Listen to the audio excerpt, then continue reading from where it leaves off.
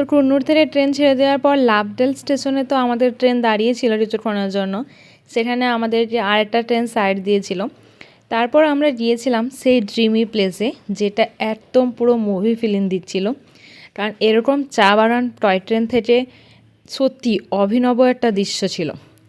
তারপর train journey শেষ করে আমরা পৌঁছে গেছিলাম সুন্দর টি গার্ডেনে। চারিদিকে শুধু চা বাগান আর ফ্রেশ পাতার গন্ধ। এখানের হাওয়াটাও আলাদা একটা ফ্রেশ লাগছিল। তো এই চা বাগানে যে আমরা অনেক ছবি তুলেছিলাম আর নেচারটাকে খুব এনজয় করেছিলাম। এই ছিল চা বাগান, যেখানে একদম সতেজ পাতা ছিল। আর এইখান থেকে ভিউটা ছিল ঠিক এরকম, জাস্ট ওয়াও। আর চা গাছের কাণ্ডটা কতটা মোটা হয় এই যে দেখুন, এত মোটা হয় বলে জানতাম না। তারপর ওখান থেকে বেরিয়ে আমরা গিয়েছিলাম ফেমাস ডলফিন নোজ ভিউ পয়েন্টে।